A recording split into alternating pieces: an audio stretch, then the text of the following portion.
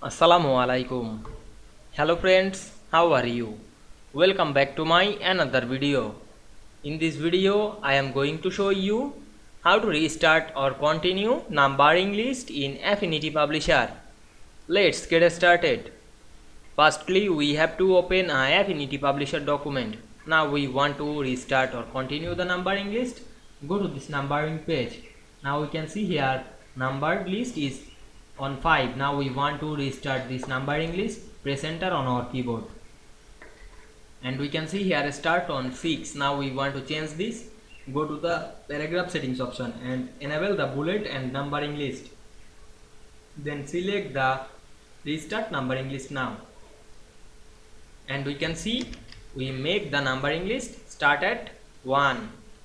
I hope you enjoyed the video. Please like, comment, share and subscribe my channel. Thanks for watching.